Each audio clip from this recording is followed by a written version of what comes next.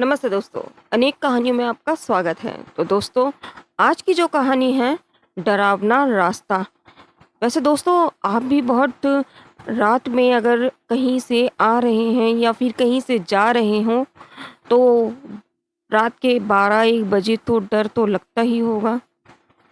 तो क्यों ना आज मैं एक ऐसी ही कहानी सुनाऊँ कि डरावना रास्ता, जिसमें मोहन के संग कुछ ऐसा हादसा होता है जिससे रोंगटे खड़े हो जाते हैं। करीब रात के 11 बज रहे थे। मोहन सुनसान रास्ते से जा रहा था। चारों ओर सन्नाटा छाया हुआ था। मोहन बहुत डरा हुआ था। दूर दूर तक अंधेरा ही अंधेरा था। मोहन का कुछ भी सही रास्ता दिखाई नहीं दे रहा था। इसलिए उसने अपने मोबाइल की टॉर्च का इस्तेमाल किया। शायद आज उसकी किस्मत में कुछ और ही साथ लिखा था। आधे रास्ते में ही उसके मोबाइल की बैटरी खत्म हो गई और उसका मोबाइल स्विच ऑफ हो गया। मोहन के घर से पहले 2 किलोमीटर की दूरी पर एक डरावना रास्ता पड़ता था, जिसे लोग हवेली के रास्ते के नाम से भी जानते थे। बड़े बुजुर्ग तो यहाँ तक कहते थे कि उस हवेली के रास्ते से रात को 11 बजे या 12 बजे के बाद जो कोई भी गया है, वो आज तक वापस लौटकर नहीं आया है। मोहन घबराते हुए आगे बढ़ने लगा। वो अंदर ही अंदर डर रहा था, क्योंकि उसने बड़े बुजुर्ग से कई बार ये डरावने रास्ते के बारे में सुना था। उस वक्त उसको वो सारी बातें याद आ रही थी। थोड़ी देर चलने के बाद उसको कुत्ते की रोने की आवाज़ सुनाई दी। मोहन कुछ भी समझ नहीं पा रहा था कि अब वो क्या करे। वो डरते हुए आगे बढ़ने लगा। कुछ देर बाद मोहन अचानक रुक गया। उसकी धड़कनें तेज हो गई और वो बचाओ बचाओ पुकारने लगा। 1-2 बार बचाओ बचाओ बोलने के बाद उसकी आवाज़ भी रुक गई। उसके बाद क्या हुआ होगा उसके साथ, ये किसी को नहीं पता। मोहन मोहन का कुछ भी पता नहीं चला और अचानक से वो गायब हो गया। इतनी रात अपने बेटे को घर न आए देखकर मोहन की मम्मी ने मोहन को कॉल किया, लेकिन उसका मोबाइल स्विच ऑफ आया। उसकी मम्मी की चिंता और बढ़ने लगी। उसकी मम्मी ने उसके सभी दोस्तों को कॉल किया, लेकिन किसी भी दोस्त से उसका कोई पता नहीं चला। अंत में उन्होंने उसके एक आखिरी दोस्त को कॉल किया, जो पास के गांव में रहता था। उसका नाम था विजय। विजय ने कॉल कर मोहन की मम्मी को बताया कि आंटी, मैं और मोहन शतरंज खेल रहे थे। फिर खेलते खेलते कब में 10 और 11 बज गए, हमें पता ही नहीं चला। फिर मैंने मोहन को कहा भी कि आज की रात यार तू वहाँ मेरे घर ही रुक जा, लेकिन उसने जिद किया।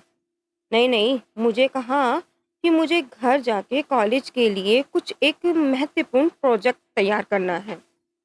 फिर वो यहाँ से आंटी 11 बजे निकल गया। बेटा, तुझे उसको रोक लेना चाहिए था। अभी तक वो घर वापस लौट कर नहीं आया। तुझे पता है, बीच में हवेली का वो डरावना रास्ता आता है, जो कि बहुत ही खौफनाक है। यहाँ तक कि कुछ बुजुर्ग ये भी कहते हैं कि उस रास्ते से जो 11 बजे के बाद गया, वो आज तक वापस नहीं लौटा। पता नहीं रात को 11 बजे के बाद उस रास्ते के आसपास क्या होता होगा, मोहन की मम्मी ने कहा। फिर मोहन की मम्मी ने कॉल रख दिया और बहुत रोने लगी। अगली सुबह ये खबर सारे गांव में फैल गई कि सारा रतनपुर गांव ये घटना से भयभीत हो उठा।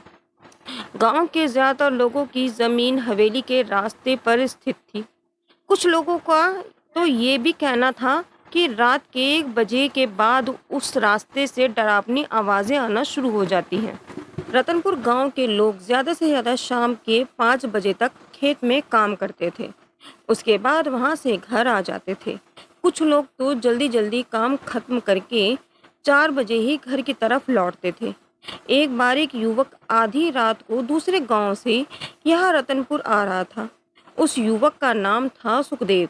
सुखदेव को हवेली के डरावने रास्ते के बारे में ज़्यादा कुछ नहीं पता था और वो भूत प्रेत इन सब चीज़ों में विश्वास भी नहीं रखता था। रतनपुर में उसका एक दोस्त रहता था जिसके साथ उसने अपने बचपन बिताया था। फिर उच्च अभ्यास के लिए वो दूसरे राज्य में चला गया। इतने लंबे अरसे के बाद वो जब आज अपने दोस्त से मिलने रतनपुर आना चाहता था तो ट्रेन देर से मिलने की वजह से उसको देरी हो गई थी। अपने दोस्त से लंबे अरसे के बाद मिलने के उत्साह में, खुशी में मतलब, वो गाना गाते हुए आगे बढ़ने लगा। कुछ वक्त चलने के बाद वो हवेली के डरावने रास्ते के करीब जा पहुंचा।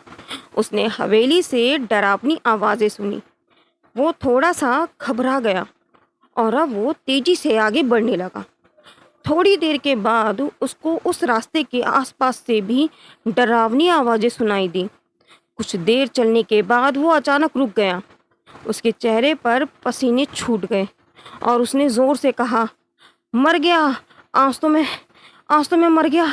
ऐसा कहते हुए थर-थर वो काँपने लगा। दोस्तों, कैसी लगी आपको मेरी डरावनी कहानी? भाग 1, डरावने रास्ते में आखिर ऐसा क्या है जिससे लोग इतना डरते हैं? और क्या रहस्य है उस रास्ते का? डरावने रास्ते से लोग कहाँ गायब हो जाते हैं? उनका क्या होता होगा? ये आप सोचिए। मैं जल्द ही आपको कल मिलूँगी दूसरे भाग के साथ। राधे राधे दोस्तों।